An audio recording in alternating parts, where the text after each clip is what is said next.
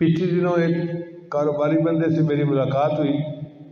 اس نے کہا جی کہ میرے والد صاحب ہر سال پوری زکوٰۃ ادا کرتے ہیں.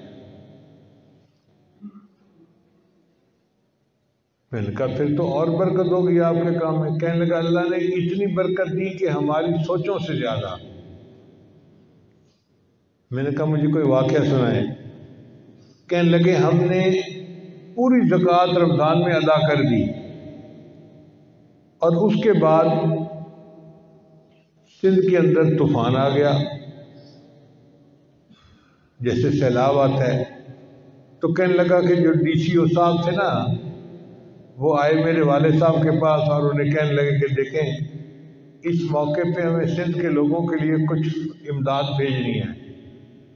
بھئی ہم تو زکوٰۃ کا پورا مال دے چکے ہیں. اس نے کہا جی ضرورت اب پڑی ہے تو ہم اب آپ کے پاس آئے ہیں, آپ کچھ نہ کچھ کریں. کہنے لگے میرے والد صاحب نے ہمت کی اور 4 کروڑ روپے کا سامان لے کر ان سیلاب زدگان کے لیے بھیجا. اب آپ اندازہ کریں کہ کتنا بڑا دل اللہ نے اس کو دیا ہوگا کہ جس نے 4 کروڑ روپے کا سامان غریبوں میں تقسیم کیا. کہنے لگے کہ ابھی 1 مہینہ نہیں گزرا تھا, چیزوں کے ریٹ میں تبدیلی ہوئی اور جو خام مال ہمارے پاس پڑا ہوا تھا اس خام مال میں سے ہمیں 40 کروڑ کا فائدہ ہو گیا. 4 کروڑ دیے تھے اللہ کے راستے میں, اللہ نے 10 گنا کر کے وہ مال واپس پہنچا دیا. میں نے اپنی زندگی میں ہزاروں مرتبہ اس کو 10 گنا ہو کے واپس کرتے دیکھا ہے. تو پہلے پیپر میں کامیابی کا طریقہ یہی ہے کہ جو زکوٰۃ بنتی ہو یا عشر بنتا ہو یا جانوروں میں سے زکوٰۃ ہو یا سونے چاندی کی زکوٰۃ ہو وہ پوری ادا کریں, پھر دیکھیں برکت کیسی ہے.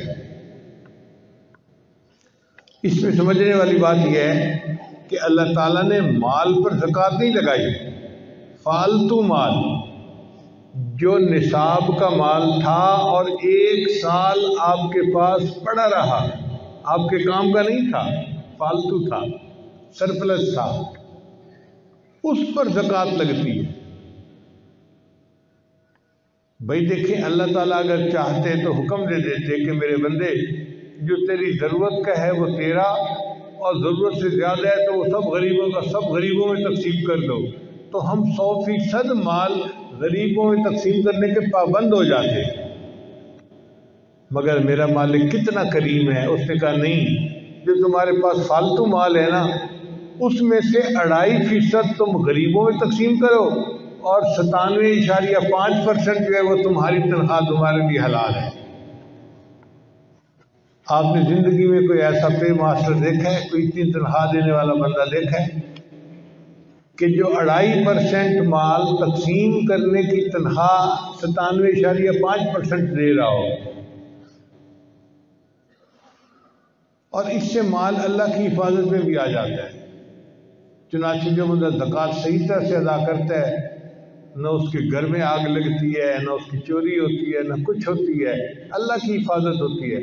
وہ انشورنس تو نہیں ہوتی, ایشورنس ہوتی ہے اللہ کی طرف سے کہ میرے بندے میں تیرے مال کی حفاظت کروں.